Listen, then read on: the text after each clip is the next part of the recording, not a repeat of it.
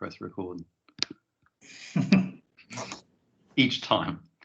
It doesn't remember that I've looked at this policy 100 times already. Intelligent machines are not yet here. Exactly. Okay, thanks very much. We're ready to go. Great. Okay, let me share my slides with you, and then we can go. Okay, so sorry for scaring you with that picture there. Let me go to the beginning. All right. So if all goes well, you should see the slides now, and as I move them, they move, and it's all fine. Well, this is already half of the struggle, so the rest is easy. Well, anyway, thanks for inviting me here, and I'm glad to be talking at this workshop because I've been doing research on UBI now for a while, and I haven't really had a chance to give a talk on this precise topic yet. It forms part of the background research for my PhD and for related papers that I've been working on and my ongoing research into this area. But the question of technological unemployment and the changing nature of work is so central to the UBI debate that I thought it might be a good idea to bring some insights into what I have learned and what I have sort of come to think about this topic in the past couple of years. I've done quite extensive reading on the history and contemporary literature on the relationship between technological unemployment debate on the one hand, what is sometimes called the automation debate or the cybernation debate, and the UBI or guaranteed income debate on the other hand. And so I have put the word critique in the title of my paper because I do want to provide a critical stance on this issue where I think that the current focus on the threat of unemployment is somewhat overblown, and it's possibly something that should be challenged, and that the UBI debate would be on firmer ground if it placed this unemployment question in its proper context instead of blowing it over out of proportion. So this is really part of my, work that went into my PhD thesis and ongoing now starting to do postdoc work soon at NYU. And this is part of a broader project really of conceptualizing socio-economic evolution and the idea of progress from a philosophical and political economic point of view. And I think UBI plays a very interesting role in the institutional debates of not only today but the coming decades. So a few caveats before we get started. So I will try to offer kind of a historically and empirically informed perspective on the contemporary permanent unemployment debate, but I will not offer any comprehensive assessment or meta-analysis of the ongoing empirical literature, since I'm not an econometrician or a statistician, and I believe that there's still a lot of uncertainty in this area, and nobody really knows how this empirical reality should be properly analyzed, and people who do claim to be able to do so are probably lying to themselves and others. I think indeed this focus on uncertainty is something I want to come back to. It will be a heavy focus on my work. I would really leave aside questions of normativity, of the ethical questions of justice, fairness, and so on, that are of course very central to any debate around work, UBI, and so on. And I will really focus mostly on the issues of political economy properly conceived, that is questions of the institutional developments of economic developments and income security and job security and so on. The conclusions that I will draw are rather tentative, but I think they are sufficiently robust, even if they are very uncertain, as to undermine some of the strong claims made in the contemporary UBI debate. So let's start with a definition, I suppose. Basic income is a periodic cash payment unconditionally delivered to all on an individual basis without means test or work requirement. This comes, I believe, from Philip van Parijs, and it has become sort of a standard definition. So there are different models. and UBI, negative income tax, citizens' dividend, and then some quasi-UBI models on the margins of the debate, such as Tony Atkinson's participation income. They also fall under, well, the last one is debatable, but certainly the other three listed here are part of the UBI debate, properly conceived. So don't be confused by the many names that are sometimes used in this debate. And there's much more than these that I've listed here. The basic idea is the one I've given earlier of a guaranteed income given to all. So I will leave aside the justice debate and some of the key figures in this, of course, Thomas Paine, and in the contemporary context, flanked on either side in this graph by Philippe van Parijs and Karl Widerquist as among the leading thinkers in this area. This work is important, but I will not touch it here.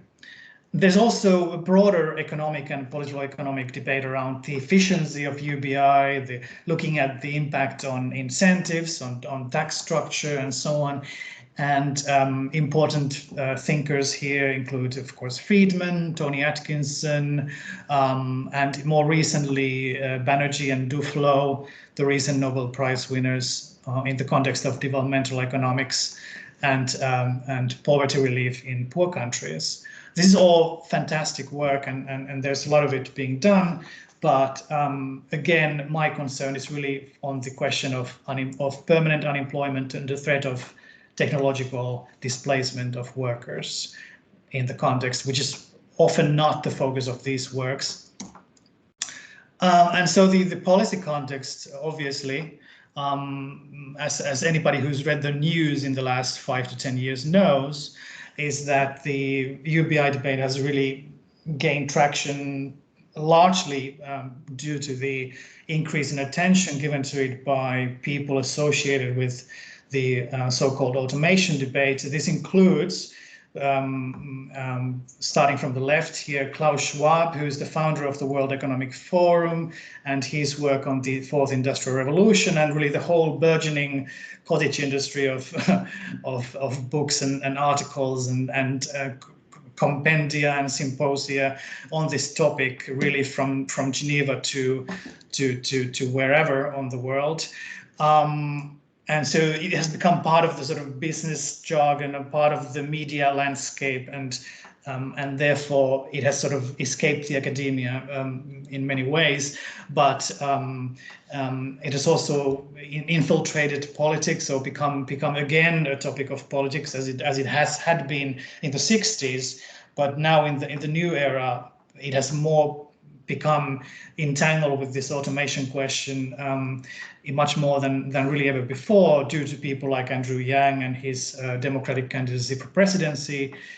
And in the academia, it has also become a topic of renewed attention by people like Brynjolfsson and McAfee and their work on the second machine age, a lot of related work on automation and so on, as I will soon discuss further. But so this is the context. We're talking of automation debate that really starts already really in the 1930s, and you can even go back beyond that. But it has different waves. There was a first wave roughly in the middle of the 20th century. Then there was a bit of a lull, and now there's a new wave that is stronger than before. And these are among the thinkers and policymakers associated with that. But I mean, so here's the structure of my presentation going forward. So first, I will give a bit of historical background. Well, actually, the years here are not quite correct. I was planning on going a bit further back, but I really start from 1930, which is when Keynes wrote his influential paper, Economic Possibilities for Our Grandchildren. And I'll then go a bit further from there to give sort of history of this debate. And then I will turn to the contemporary context of the Fourth Industrial Revolution. And you know, what I really want to do here is to give some context and background, because I think at the risk of kind of diluting the strength of my argument, I want to sort of grant a bit of perspective on this issue. So if my argument is not always, you know, fully crystal clear, it's because I want to really give this kind of historical perspective, because I'm interested in the history of ideas perspective of this issue, more than I am in making a strong unique normative argument of my own. So I will focus largely on this historical and contemporary context, and then I will do a bit of evaluation of the evidence, the best available evidence today for the permanent unemployment or technological unemployment hypothesis, and I will find it wanting. And then I will turn to a kind of an alternative paradigm that I think is my own preferred way of thinking about these questions, which does not deny the need for thinking about unemployment issues as reasonable risks of the economy going forward, but really refocuses the attention not on the automation issue as such, but on the issue of permanent uncertainty, or what Frank Knight called radical uncertainty, and the impact that this has on the welfare state governance debate and what it should mean for the UBI debate. And then I will conclude. So let's start with the historical background. And really, Keynes is a good starting point, as good a starting point as any, because he wrote this very influential paper in 1930, which where he really invented the phrase, as far as I know, technological unemployment. So let me read it. We are being afflicted with a new disease of which some readers may not yet heard the name, but of which they will hear a great deal in the years to come, namely technological unemployment. This means unemployment due to our discovery of means of economizing the use of labor, outrunning the pace at which we can find new uses for labor. So technology displaces work and at an increasingly rapid pace. However, it's important to know that he continued this by saying that this is only a temporary phase of maladjustment. All this means in the long run that mankind is solving its economic problem. So it was a celebration of the capacity of industrial civilization to increase its level of wealth and abundance, and to ensure that the technological development, although it temporarily creates problems of unemployment, actually in the long run makes it possible for people to live richer, happier lives with less need for work. And indeed, Keynes was famous and indeed rather notorious for predicting that today people would only work a few hours a day because we would have already solved the so-called economic problem. And his interesting thing is that his prediction of the rate of wealth expansion was, he predicted about an eightfold increase in wealth in a century. Is about accurate, maybe even an understatement, but his estimate of how that wealth would be used to reduce working hours and to ensure a livable wage for everyone has definitely not come to pass. So a second stepping stone here, jumping around a little bit, is the so-called ad hoc committee on the triple revolution, which was a report addressed to Lyndon B. Johnson in 1964. And this report was really the first place where UBI was explicitly proposed, and famously so, and in a way that influenced not only the US political debate, but also people like Martin Luther King and others. So this again is taking the same idea that reading here, they were trying to build a new consensus of thinking of these issues, and they claimed that the traditional link between jobs and incomes is being broken.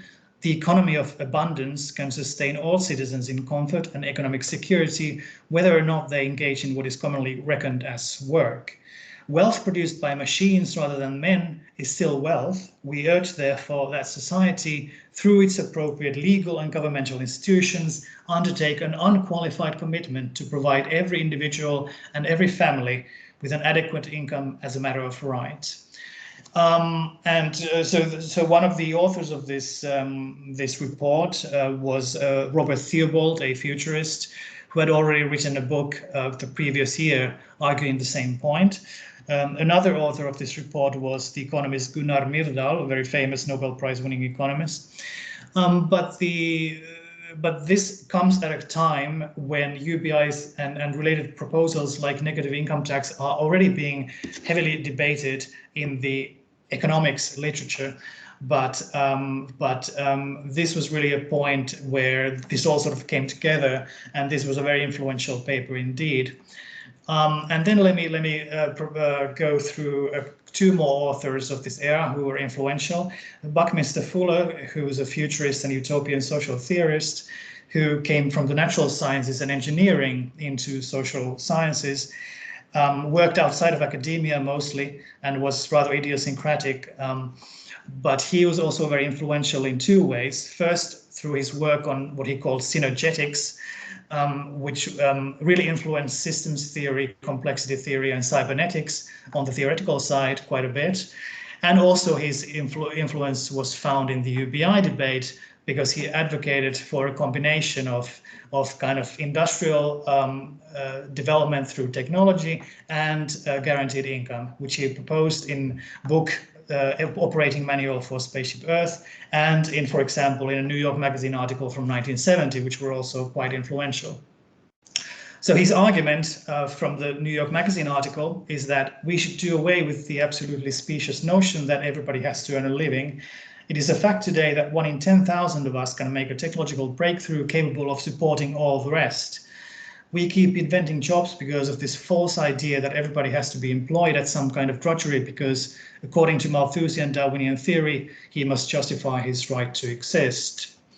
And indeed, he argues, this actually comes from the book, we must give each human who is or becomes unemployed a life fellowship in research and development.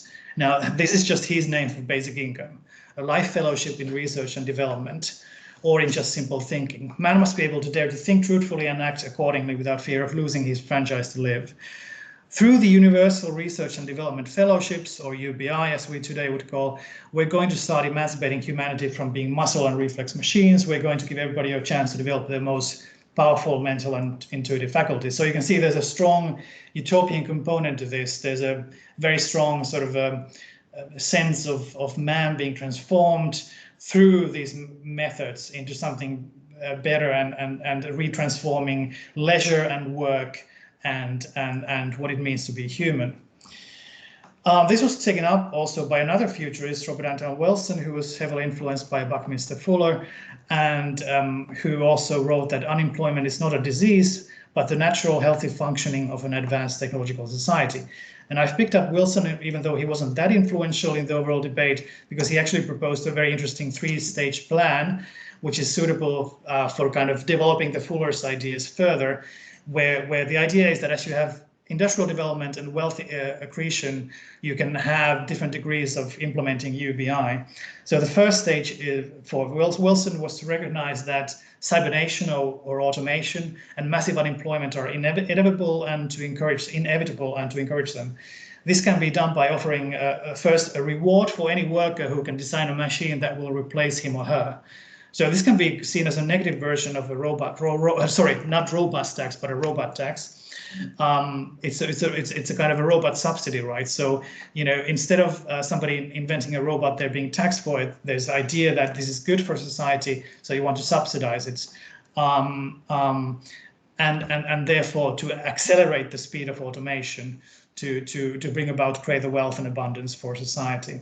Stage 2 would be to establish a UBI. He used a different term, but UBI is what he meant, at a modest level for all citizens. So as we have as we have automation increasing, we want a UBI at a modest level for all citizens. And stage 3, which is kind of the distant goal, is to gradually, experimentally raise the UBI in a prudent manner to ultimately give every citizen the approximate living standards of the comfortable middle class. So this is comparable to Van Parijs's argument for the highest sustainable UBI as the appropriate social goal, so that as industrial wealth increases, you can raise the level of UBI to actually be more than a sufficiently level to be kind of a comfortable UBI for all. So this, going back to Keynes, the triple ad hoc committee, Fuller, Wilson, this whole debate has been often judged in today's context as being false, illusory, wrong-headed. So, for example, here's a good example from Daniel Bell, who wrote in The Coming of Post-Industrial Society that the cybernetic revolution quickly proved to be illusory. There were no spectacular jumps in productivity. Cybernation had proved to be one more instance of the penchant for over-dramatizing a momentary innovation and blowing it up far out of proportion to its actuality. The image of a completely automated production economy with an endless capacity to turn out goods was simply a social science fiction of the early 1960s. This is a pretty common judgment, but the question is, was it hasty? And now we can turn to the contemporary context of the Fourth Industrial Revolution debate, where this argument has resurfaced again, and with the idea that this time it's different. Maybe they were premature to predict in the 30s or 60s that automation was turning this possibility around, but maybe we're there now. Maybe now is the time when automation is finally bringing about unemployment, which is not replaced by new sources of work and income. I have already mentioned this debate, Schwab, Yang, Brynjolfsson, and McAfee. But of course, there's lots of people with lots of money in this debate, okay? Well, here's, for example, Elon Musk is the second richest man in the world. Mark Zuckerberg is the fifth richest man in the world. Branson is not quite there, but he's not poor, okay? He's not in the poorhouse, okay? So lots of billionaires and Silicon Valley people are resurfacing the same argument. And not just them, of course. Lots of people also from the left and from various other sources are making the same argument, but I think it's quite interesting that the billionaires are making it. So, for example, here's Richard Branson saying that with the acceleration of artificial intelligence kind of being the new word for automation, and kind of the new promise of computerized rapid automation and other new technologies, there is a real danger that it could also reduce the amount of jobs, and this will make experimenting with ideas like basic income even more important in the years to come. Or Mark Zuckerberg, in his Harvard commencement speech of 2017, wrote that, or said that we should explore ideas like UBI to make sure everyone has a cushion to try out new ideas. And in the scholarly literature, for example, Martin Ford in Rise of the Robots has argued that while calls to somehow halt the rise of job automation are unrealistic, assumption being that it is inevitable and impossible to stop, we are ultimately forced to look beyond conventional policy prescriptions, and that the most effective solution is likely to be some form of UBI. So again, I could just quote dozens of authors, and which is not my intention here. But let me just give a couple more examples. Ray Kurzweil, who's the head futurist at Google, has said that adopting a universal basic income for all people can help society think creatively with new ideas, develop new industries, and free up people to work on important future projects. Similar to Keynes, Fuller, Wilson, and others, he sees UBI as a step in world progress towards an age of abundance brought about by technological development, and as a necessary tool for combating the threat of technological unemployment. And Jeremy Rifkin, in his influential works End of Work and the Zero Marginal Cost Society, has also argued on the basis of the technological unemployment hypothesis that basic income is not a utopia, but it's a practical business plan for the next step of human journey. And so how should we evaluate this? So this has only been kind of a slideshow of kind of a quick tour of the history and contemporary context. Let me just now quickly turn to the empirical evidence surrounding these claims. So again, this is not anything like kind of a meta-analysis of all the available data, but I think it's a rather informed reading of some of the economic literature on this topic. So I think the first thing to note here is that there are considerable methodological difficulties in estimating the future course of technological development. I mean, all we need to do is look back at the projections made in the past by Keynes, then in the 60s by the Triple Ad Hoc Committee, by Fuller and Wilson and others, to see that many of those claims were either overblown, or the timescale was off, or the capacity of institutions to provide adequate income protection for citizens was overestimated, or even just estimating how many jobs, which jobs or which industries were at risk was very hard to do, and it still remains hard to do today. Indeed, it might be harder today than ever before because of the arguably accelerating rate of computational revolution, which is changing many of these industries in permanent ways. So the second point here is that the combination of many complex and hard to estimate socioeconomic factors determines the precise rate of displacement of workers by machines. And so such a displacement in turn might be short-lived or permanent, we don't know. A lot remains uncertain. So I think that some of the best work here is done by Darren Acemoglu and his co-author in a series of papers in 2018, where they go through a lot of this and make these points that I have listed here.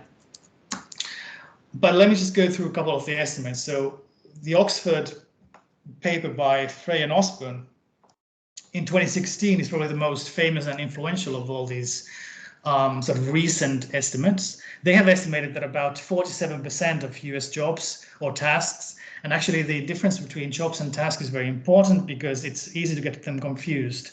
And so tasks are kind of the subcomponents of jobs. And task automation does not automatically mean job automation. It could only mean that jobs become redesigned with different tasks in mind. So you can have a job as someone who works at a store, but your tasks might become reshuffled thanks to automation if some tasks become computerized or automated, but you might still retain your job as performing other tasks, right? But so there's a difference between task and jobs that is very important in this debate, and it is often to get them confused. Frey and Osborne's estimate, where did they derive this estimate? Well, they made certain assumptions. They looked at the historical trajectories of development, and they estimated certain probabilities of different outcomes, of course. But other people in the literature have made rather different predictions. So, for example, Manika, Chui, and et al. In 2017 placed the number at 30%. Even further, people like Arntz, Gregory, and Zierahn have estimated that only 9% of OECD jobs are at such a risk of unemployment.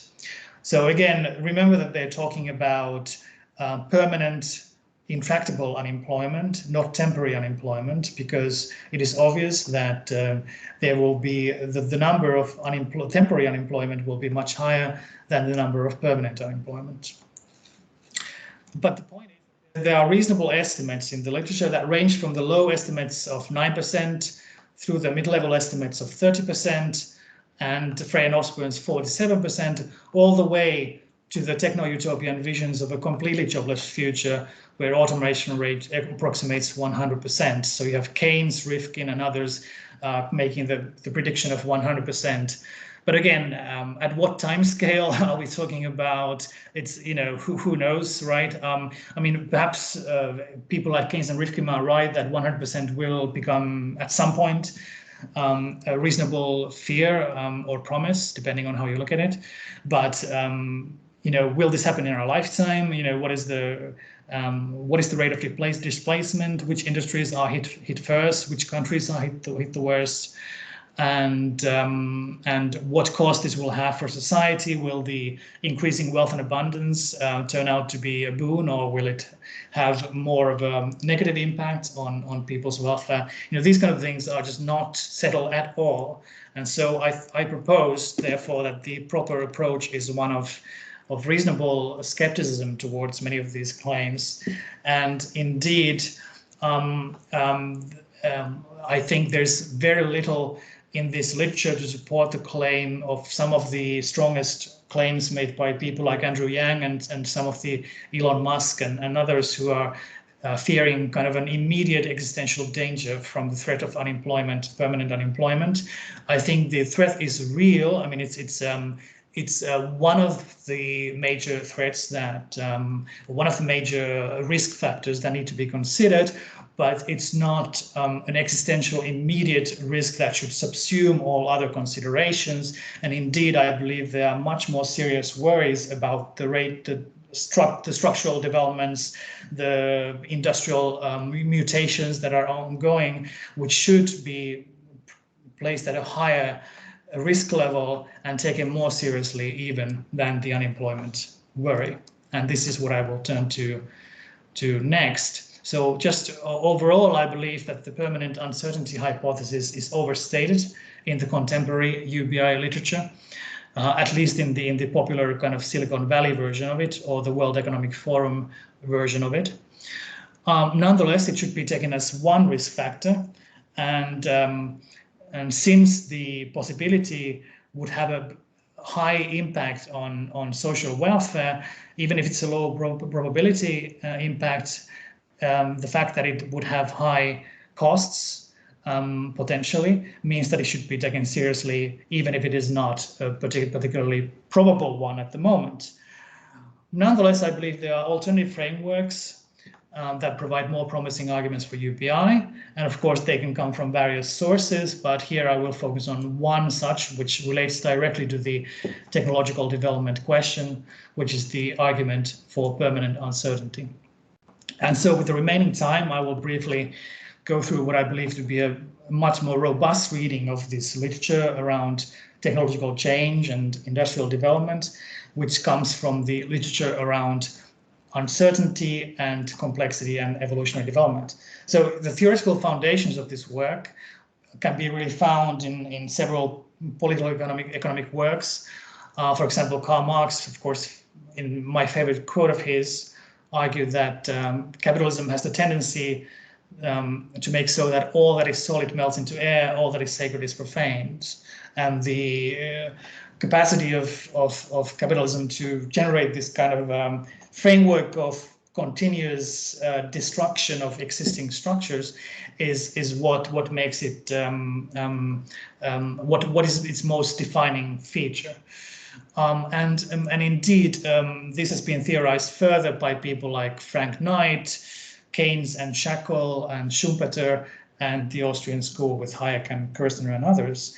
And indeed, this is one of those areas where people like Keynes and Hayek, who are often seen as rather on the opposite sides of the economic spectrum for many reasons, are on the same page, because they both see that one of the defining features of contemporary industrial civilization is its capacity to generate uncertainty and disruptions, and that the proper response of institutional design and policy making is to take these disruptions, these kind of radically uncertain dangers into account in the design of responses to it. So this can mean, of course, preparing for economic crisis. It can mean for preparing for industrial displacement of industries in favor of other industries, and globalization and these kind of processes. And a lot of this can be easily summed up by Schumpeter's famous phrase of the gales of creative destruction. And Schumpeter was directly influenced by Marx's analysis. Schumpeter simply kind of took it more as a celebration of capitalism rather than as a condemnation of it.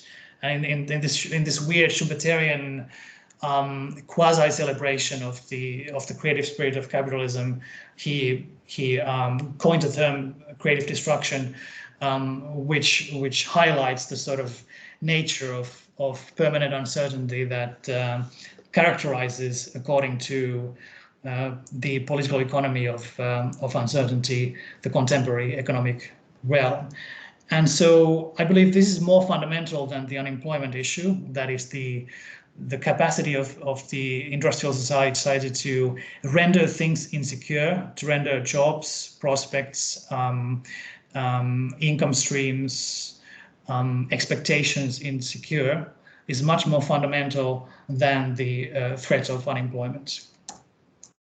And this is also recognized in the fourth industrial revolution literature. So I think that the more reasonable and interesting side of the fourth industrial revolution literature, even though it is very problematic because it's so full of business jargon and sort of self-serving sort of elite discourse, but I think what is worthwhile in it is its ability to take seriously that, as the quote here suggests from Klaus Schwab, that in a world characterized by uncertainty, the ability to adapt is critical. Businesses, industries, corporations will face continuous Darwinian pressures to adapt or perish. And for workers, very importantly, the potential risks of such a continuously mutating landscape of creative destruction include widespread unemployment and increased inequality. So unemployment is one potential outcome of a radically uncertain world, but it is only one of the major threat factors that comes out of a radically uncertain economy. And indeed, even if widespread unemployment does not happen to materialize, the other problems generated by the landscape, such as inequalities, such as economic crises, such as temporary job displacements, even if new jobs are created, the fact that the temporary job displacements exist and do render insecure existing jobs, existing income streams, does mean that there is cause for stabilizing income streams, for some way adapting to such uncertainty and to enable ordinary workers, ordinary citizens to adapt better to such an uncertain world. So again, I don't have time to go through the kind of deeper the theoretical foundations, but let me just again point out that there's a long history of work in this field, and it's here's a couple of recent books that have influenced my thinking on this issue. Beinhocker's book and David Colander and Ron Cooper's book.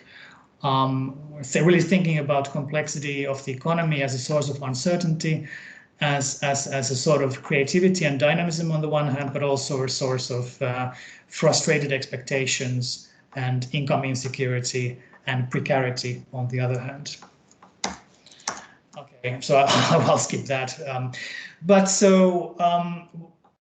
Let me just assume, for the sake of argument, that there is something in this burgeoning literature on complexity and uncertainty that is worthwhile. So how should we reevaluate the UBI debate from this perspective? Well, I think there are a few takeaways from here. So one of them is that uncertainty, unpredictability, and uncontrollability are permanent features of the social order, and perhaps increasingly so as society becomes more complex.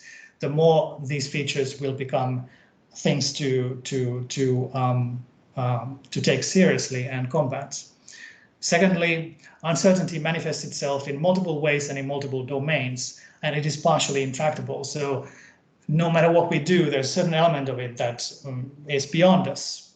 Good example might be the pandemic. Like there's probably no way in which we could have prevented or predicted the precise nature of the recent pandemic, but it became upon us, and we had to adapt ourselves to it. Same with the economic crisis of 2008 and what that entailed.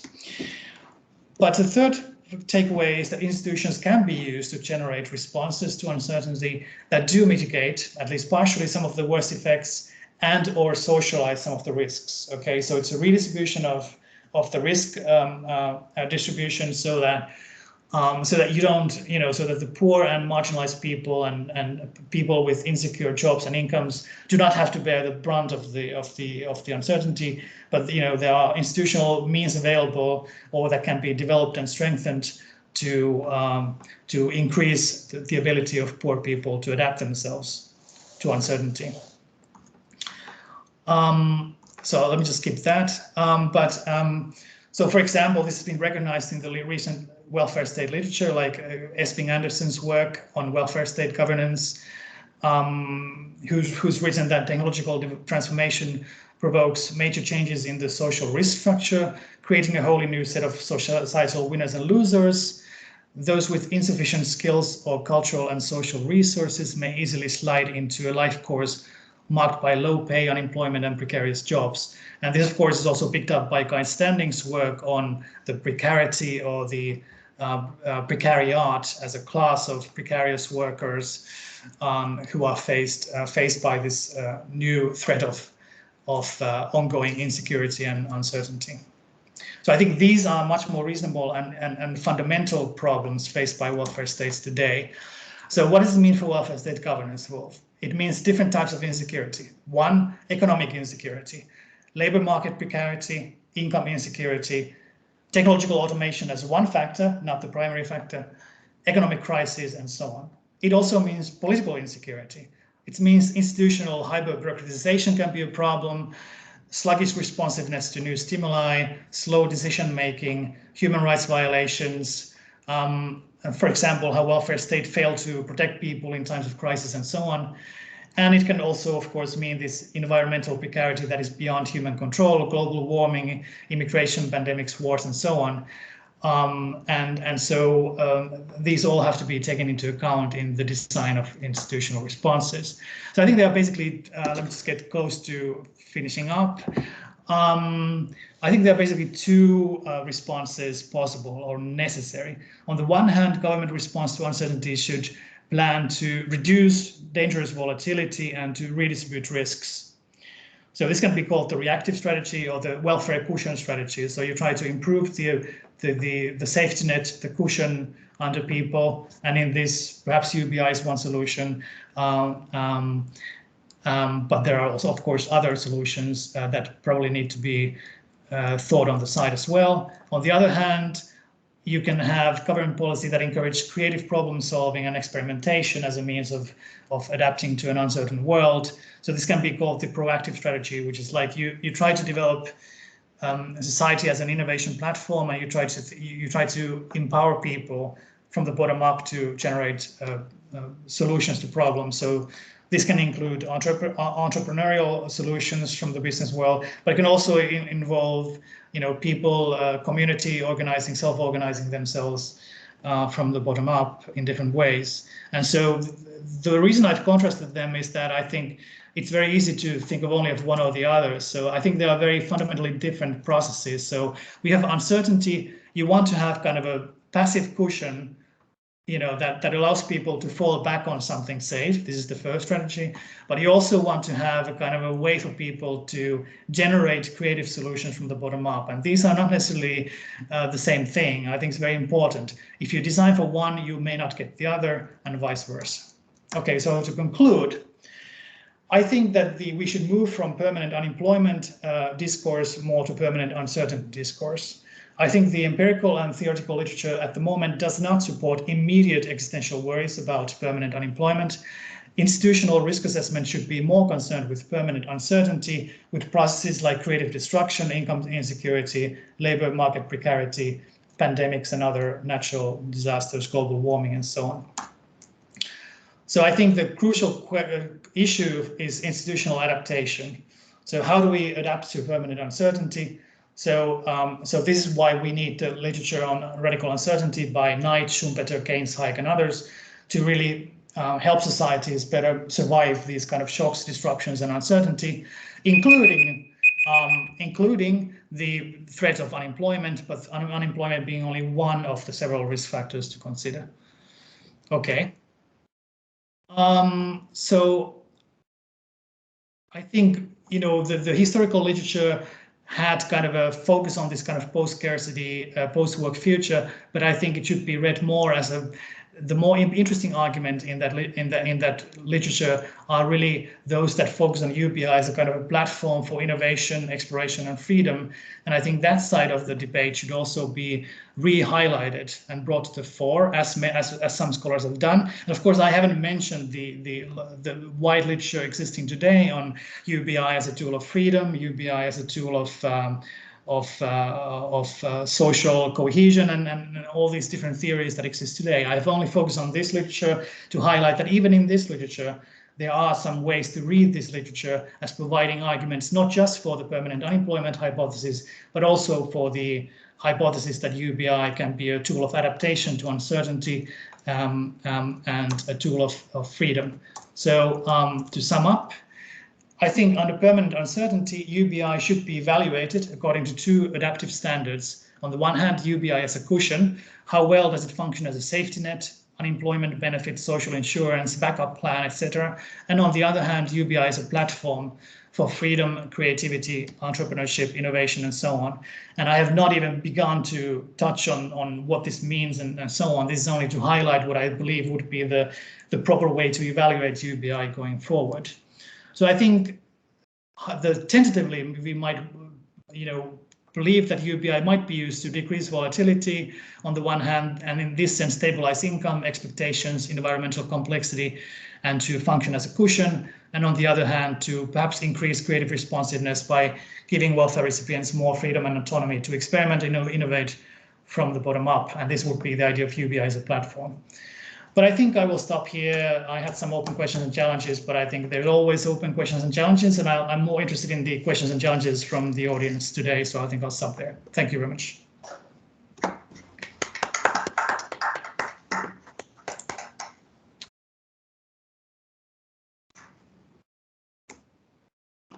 Brilliant. Ben, if you're speaking, you're muted.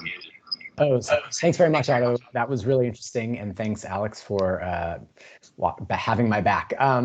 So we'll take a break for 5 minutes, come back at 54 after the hour, and we'll pepper Otto with our questions. And you can hang out in Gather Town if you'd like to do that during the break.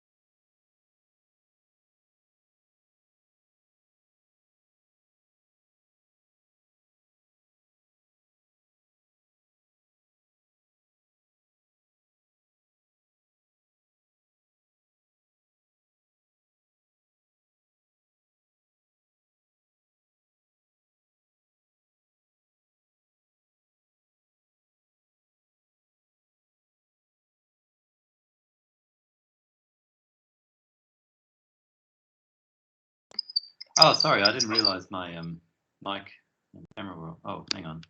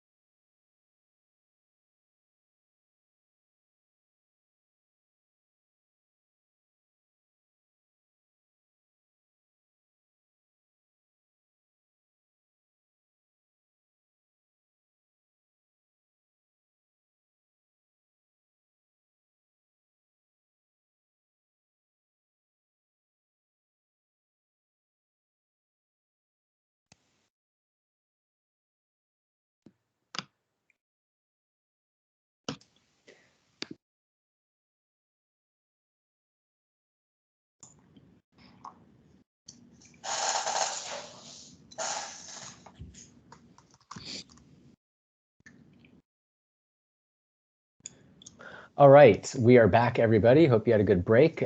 So we're ready to take some questions on Otto's talk. So if you've got a question, you can just use the little hand raisey function. Yeah, Alex, go ahead.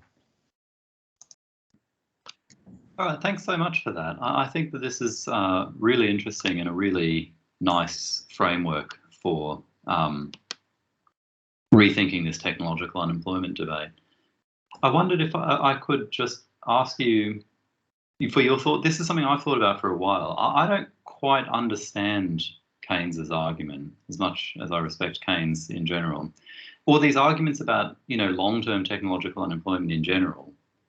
Just because in sort of textbook macroeconomics, you know, there shouldn't be ongoing unemployment just because of a technological situation. If each worker, you know, the marginal productivity of each worker is very, very high, then wages should just be very, very high until you attract enough people to have a labour market that clears.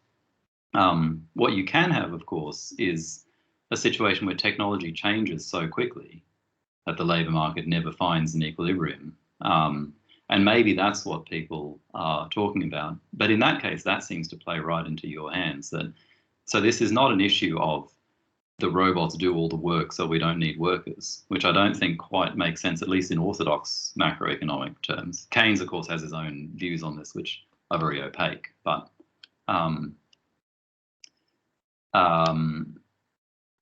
it's really a situation of uncertainty, of, you know, the residuum of unemployed workers is a result of a situation of kind of permanent uncertainty, in which case, yeah, why not think of it as an issue to be solved by some kind of insurance scheme or, you know, the various sorts of things that you propose. So, yeah, I guess I'm just asking if you can speak to it from that angle. I too find Keynes a bit opaque on this issue. And I think there are, perhaps we can distinguish between two different arguments. So I'm just going to talk about the literature more broadly and not just Keynes. So there's the idea of the rate of change being so fast that even though new jobs are being created, there are lags in the rate in which new jobs are created, and perhaps the answer here is the presence of transaction costs as being sufficiently high as to make market clearing at sufficiently rapid pace impossible or very difficult.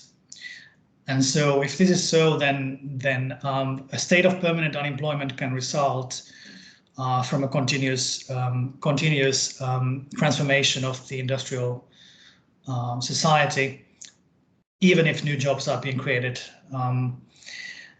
just not at a high enough rate.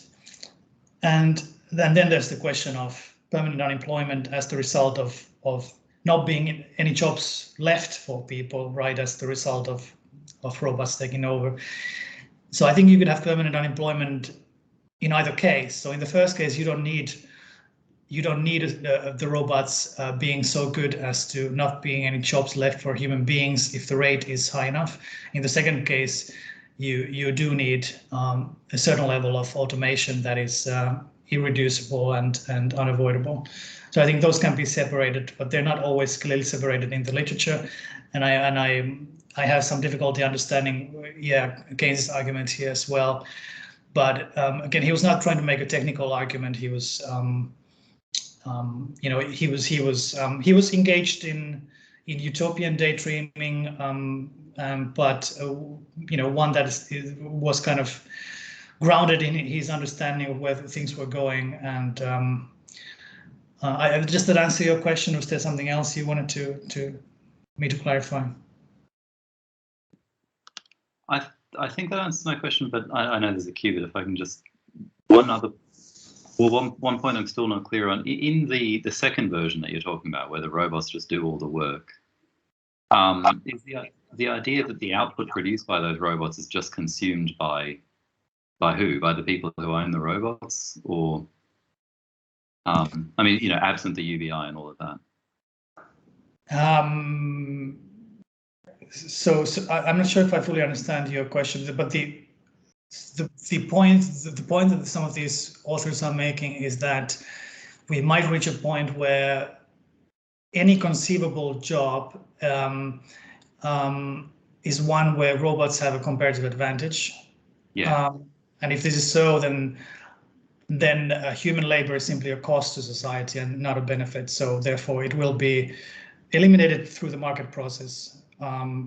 Yeah, and so my thought was just, so Amazon, let's say, fires all its workers, robots just do everything, they do the warehouses and all of that, but then who's buying the Amazon products? Because no one's earning a wage to spend on Amazon products. Well, I guess this is why many people are advocating for UBI, right? Right. That's why the tech guys are advocating for it, I guess. Yeah. All right, let's move on to Diana. Hi, nice to see everyone again, and thanks Otto for the paper. It was really interesting. I have several smallish points, so please everyone stop me if you think I'm speaking too much. The main one would be about the exact connection between automation and uncertainty, because you seem to present them as separate reasons why we might be worried about job loss, but even in the case where we only worry about uncertainty, automation does seem to play a role in that. So I'm wondering if you can elaborate more on the connection between the two, because it doesn't seem to be that they are necessarily exclusive points of focus. And then building on from that, I think because automation is an important source of an uncertainty for job loss, I don't know whether the interpretation that you gave of the Keynes quote is necessarily to your advantage. By the way, I really like that. So people say this is what Keynes says about automation, but actually, if you look at the fuller quote, that's only a transient phase. So I really like that. But him speaking of an endpoint, basically, to automation, wouldn't that also be, in a way, an endpoint to uncertainty? And then there's a third point that's quite small, and then I think I'll keep this one for later if we have time. So let me tackle that Keynes issue first. I think that's fantastic. So yeah, no, I wasn't really. I was a little bit trying to make a point that Keynes is misunderstood. Yeah, it's true. But but I do think I wasn't trying to say that Keynes is saying what I'm saying. I think Keynes's vision of a future is a rather static one, and I think he gets the static idea from Mill, because he was very much influenced by Mill, and Mill also had earlier on a rather similar vision of a point of end of work, a kind of static economy where basically the economic problem has been solved, as Keynes puts it. And so I do believe, yeah, that he probably foresaw that state as one where certain level of economic uncertainty would be eliminated. At the same time, I think his worldview was such that he recognized the intractability of radical uncertainty. Like just the way he looks at human beings, how he looks at society, culture, economy more broadly. If you read the Skidelsky's biography, for example, I think he probably did believe that some level of uncertainty would remain. But again, that's very speculative, and I'm not going to try and prevent to know what Keynes would have said or would have meant about that. But I think it's a very interesting question, and I do think that there is that the visions of the end of work that are found in Keynes and Mill and others like that are rather static, perhaps, and rather harmonious. And this is why I would categorize them as utopian in a sense as well. Sorry, I completely missed your other question. I forgot about it. Sorry. That's okay. The other question was about the connection between automation and uncertainty, because you present them as separate. Yeah, good. So yeah, no, I think they're not fully separable, and my focus was really to redraw the attention. Like I think there's too much attention being put on this one particular type of risk, one particular type of uncertainty, and I think there's a much broader palette of uncertainty that should be the proper focus of policy design and institutional concern. In this sense, automation is one type of uncertainty, and I wish that more people would phrase it in terms of a possible risk factor rather than as an inevitable sort of force of history, because I don't think it is the latter.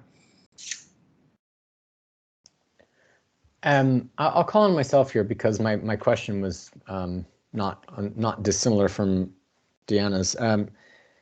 Until you got to one of your final slides, I was thinking, okay, does Otto think anything's new here? That is, with this fourth industrial revolution, artificial intelligence, etc. Because it seemed like what you were saying was the cause of the uncertainty was just the nature of capitalism, and of course capitalism isn't new. And then at one of your last slides, you talked about 3 factors playing into this, and 2 of them arguably, well, one of them definitely is new, global warming. The other one arguably is new, which was political instability. So, yeah, so anyway, is this your claim that we should be worried about and attending to uncertainty?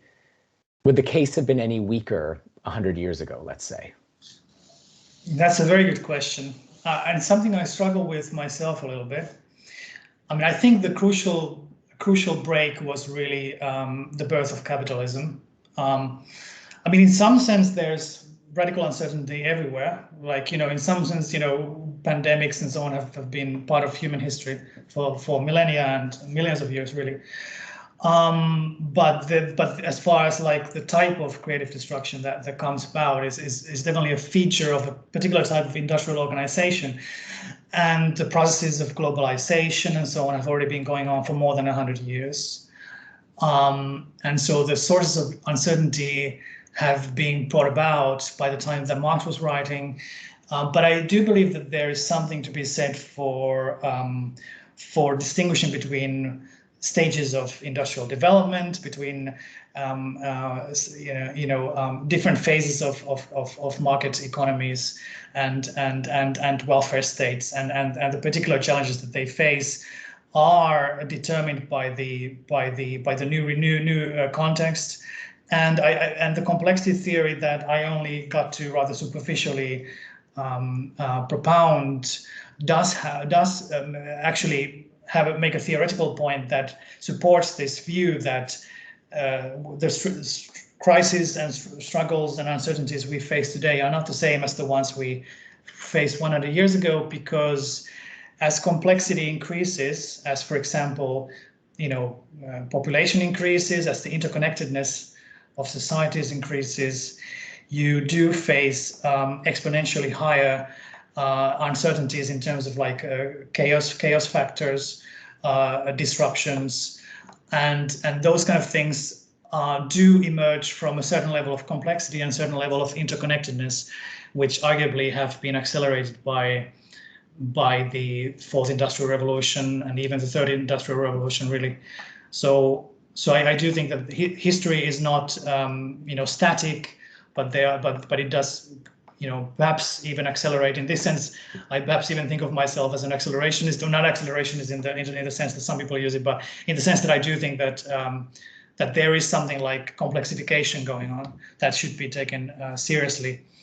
But more needs to be said and done about that. But I'll leave it there for now. Okay, that was really informative. Thanks for the answer. I'll move on to Benjamin now. Brilliant. Yeah, thanks for your talk, Otto. So I basically agree with all of your premises.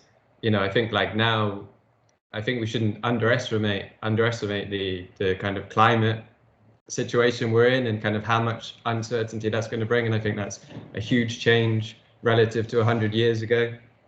And I also think that I agree with your premises even stronger than you insofar as I think that at least with automation, we have a choice about that, right? Whereas with uncertainty, we don't have a choice. So to take two examples, the driverless tube trains they've been trying to implement in London, right? We've had that technology for decades, like the DLR has been driverless for, as long as I can remember.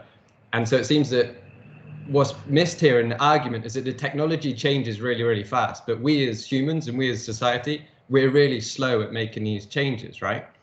And so I think these people, kind of advocating this march of the robots thing, they're missing how much these businesses, they operate within society, right?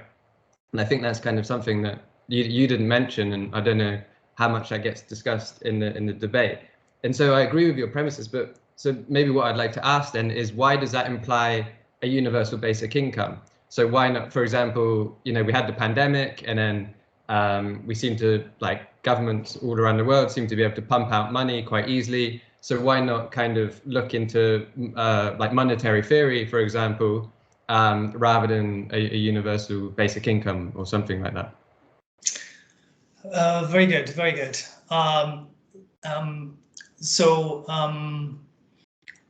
My conclusion was not to say that UBI is definitely an answer, or even that it's definitely not that it's the only answer. I think it has some features that make it like a promising way to tackle uncertainty, especially in terms of income security and so on. But I think the policy response probably needs to be more nuanced and rich than that. Monetary theory, I really have little to say, except there are in fact quite a number of monetary theorists who are also thinking of a monetarily funded or structured UBI scheme as well. So that's also one thing to think about. I'm sure I missed something from your question again. Is that okay? No, that was everything basically. Great. Let's have a question from Janos. Yeah, good morning, and thanks, Otto, for your talk. I have a question about politics and uncertainty, so the connection between the two. Years ago, I read a book by Hans Sluga, I put it here, it's called Politics in the Search for the Common Good. And in the final chapter, he discusses politics as the domain of uncertainty. So in some way, I think maybe we want to say technological change, automation, and so on, well, they bring uncertainty, but uncertainty is already maybe the domain of politics. So we might be kidding us if we say that this is just something groundbreaking, right? It's just another factor of uncertainty. And so the question I have for you is, do you think it's a qualitatively different, let's say, dimension of uncertainty? Yeah, or would we be looking at playing different types of uncertainty against each other? So, for example, using UBI to deal with income-based uncertainties when we know it can't, as such, deal with climate-based uncertainties, and so on. So this was the first part of the question. The second part of the question would be, or do you want to draw on a complexity theory to let's say develop a wholly new approach to what politics as an answer to uncertainty would look like? What would that be more than a reform of current institutions? Yeah. Wow. Okay. Thanks. Yeah, that's a very deep question. This actually also ties to what I had an inkling I missed something from the previous question as well. The link between politics and tackling uncertainty.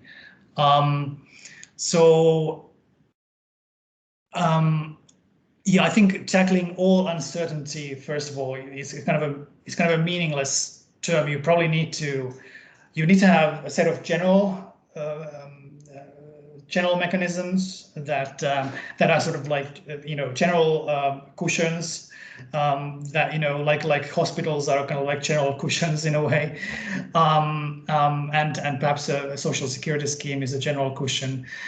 And then you need general problem-solving mechanisms, like science is a general problem-solving mechanism. It's open to new problems and new issues. And perhaps markets are another way of general problem-solving for some kinds of issues. But then you need particular kind of targeted uncertainty relieving policies. For global warming, you probably need something very specific and targeted.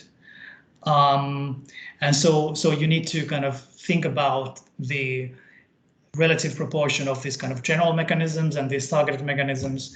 And so I don't have any concrete proposal here. I think it's I don't know the appropriate mix of these things, but my own research is focused more on these general problem-solving mechanisms and general cushions and sort of looking at these kind of large-scale institutional structures that could sort of carry over people and institutions across multiple types of uncertainty and multiple times of crisis.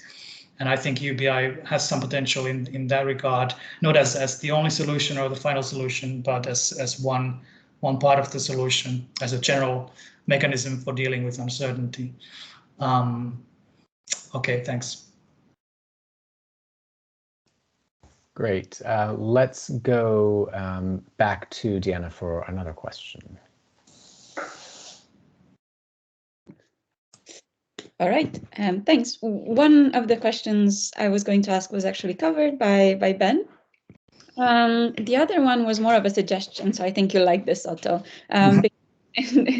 In line with what I was saying earlier, that you need to separate automation from uncertainty a bit more. My suggestion would be to focus on how uncertainty is distributed differently between different groups, because with automation, we have all the discussions about which jobs might be lost to automation, or even when it's presented, automation is presented as a matter of uncertainty. We say, well, we don't know, but look, even it could happen to surgeons. So if we focus instead on uncertainty, maybe some interesting things could come up there in terms of which groups suffer from more uncertainty. And it could be that you have an overlap with categories which are more traditionally seen as vulnerable in terms of uncertainty. And yeah, just a suggestion, it might be a good way to draw some different implications for your proposal versus automation. Thanks. I think that's very helpful, actually.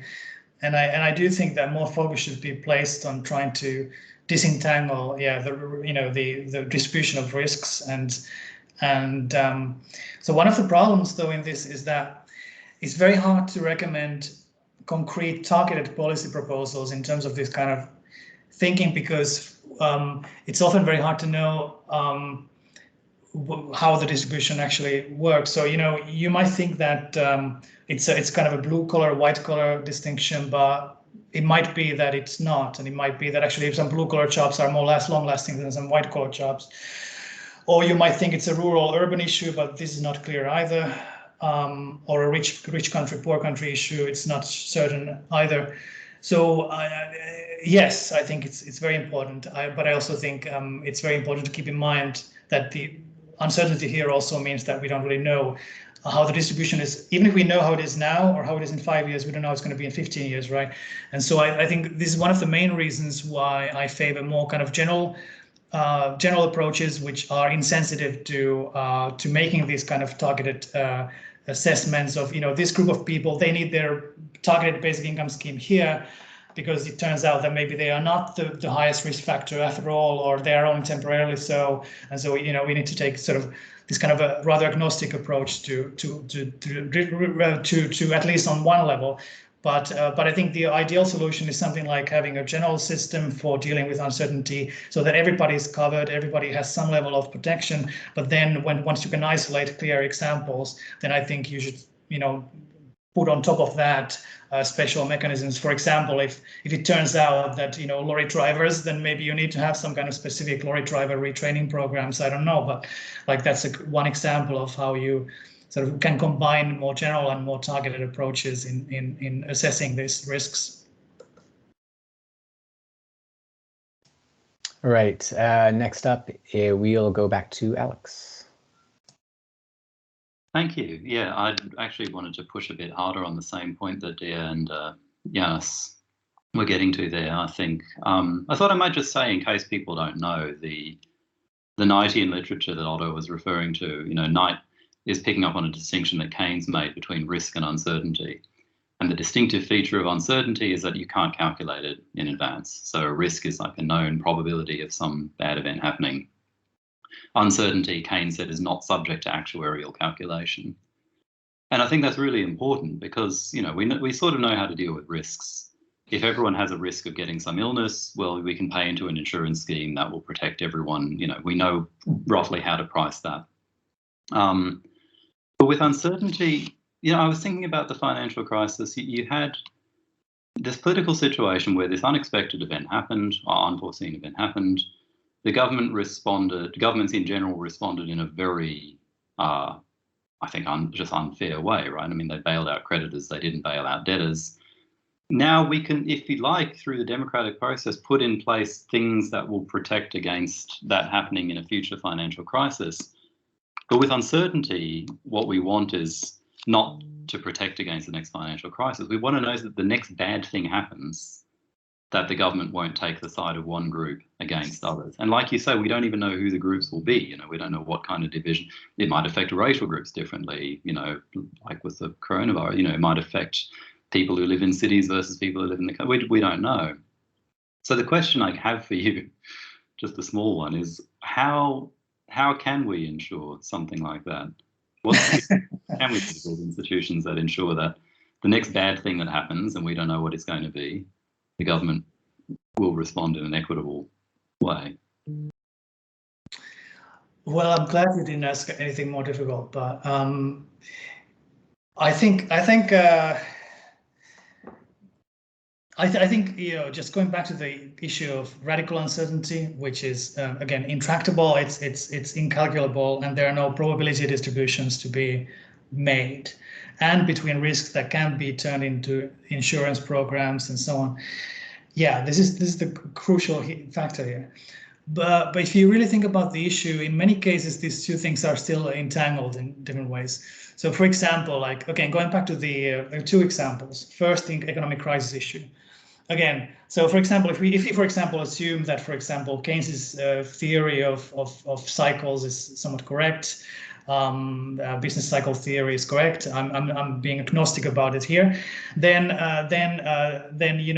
we can say that we don't know the length of the cycles, we don't know the depth of the crises, but we can have a general kind of a plan which, despite the radical uncertainty about these details of the crisis, can sort of be prepared to take action at the right moment. Or or the other example being pandemics. Again, nobody predicted this particular crisis, although some people did predict quite close actually. But the issue being that you can have mechanisms for dealing with new viruses, even if there's radical uncertainty about how those mutations develop, where they originate, and how severe the illness will be. So there could be radical uncertainty about those factors, but you would still have kind of a risk assessment on the side of that. And of course, this means that you cannot prepare for things fully, but you can at least partially have developed these mechanisms. And I don't know what mechanisms we need precisely, but I'm sure that even Knight himself, actually, in Risk, Uncertainty and Profit, writes that you can actually turn radical uncertainty into risk, at least partially, through different types of social insurance schemes and so on. And I think that's what we should be focusing on. Thanks. All right. We have just time for one more question, and even then, it's both the question and the answer need to be brief. So, Benjamin, your turn.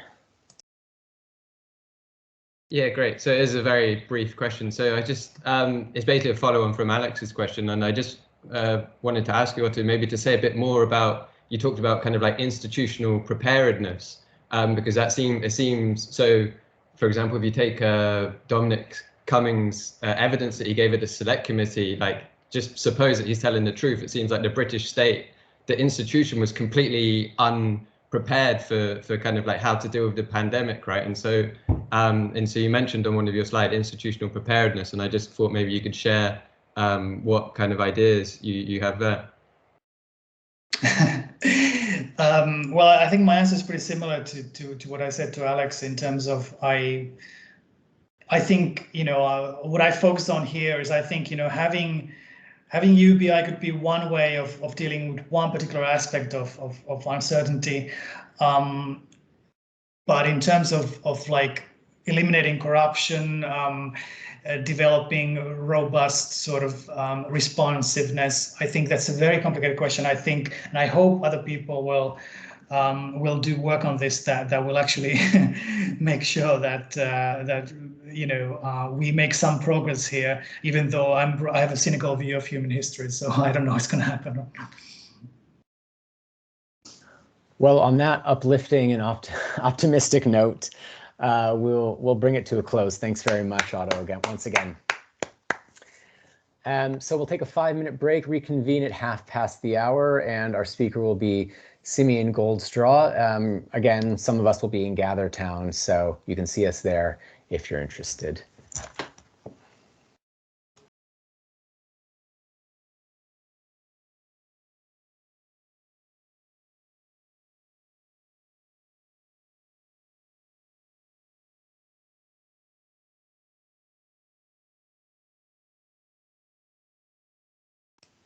For those of you listening to this, you have to leave this room and click the link for the next talk in order to open up that talk room, whatever you want to call it.